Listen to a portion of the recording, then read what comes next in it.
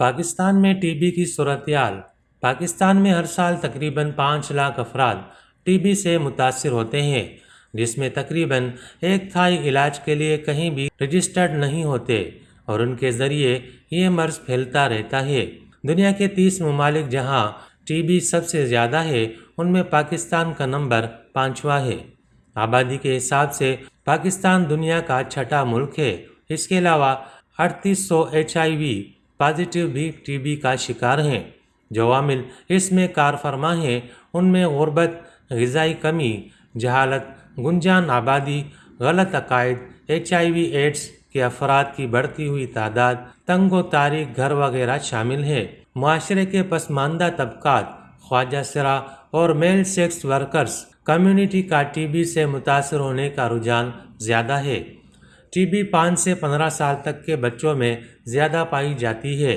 عالمی ادارہ صحت کی تحقیق کے مطابق پوری دنیا میں 74,000 بچے ہر سال ٹی بی سے جان کھو بیٹھتے ہیں اور ہر سال نصف ملین ٹی بی کے نئے مریض بچے سامنے آتے ہیں۔ ٹی بی کے حوالے سے اہم اعداد اور شمار۔ ٹی بی کی شرح ہر 1 لاکھ افراد میں 181 ہوتی ہے اور ان میں سے 50% ABF کا نتیجہ مثبت ہوتا ہے، یعنی ان کے تھوک میں ٹی بی کے جراثیم موجود ہوتے ہیں۔ ٹی بی کا مرض 100% قابل علاج ہے۔ علامات کی صورت میں فوری طور پر اچھے معالج سے رجوع کریں۔ حکومت کی طرف سے مفت تشخیص اور علاج کی سہولت موجود ہے۔ اپنے قریبی مرکز صحت سے رجوع کریں۔ گھبرانے کی ضرورت نہیں۔ عالمی ادارہ صحت کا بنایا ہوا طریقہ علاج موجود ہے، جس میں کسی ذمہ دار فرد معاون علاج کی زیر نگرانی 6 ماہ تک مسلسل بلا ناغہ ٹی بی کی فراہم کردہ مفت ادویات استعمال کی جائیں۔ یہ ذمہ دار فرد ہر گھر کا کوئی فرد، محلے کا کوئی رضاکار یا کوئی ہیلتھ ورکر بھی ہو سکتا ہے۔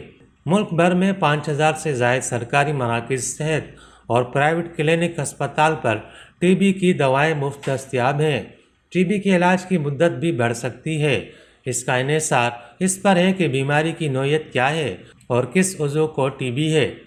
National T B control programme نے ٹی بی کی مفت تشخیص اور علاج کو یقینی بنانے کے لیے ڈسٹرکٹ ہیڈ کوارٹر اسپتال، دیہی مرکز صحت اور بنیادی مرکزی صحت میں ٹی بی کے مراکز قائم کر رکھے ہیں۔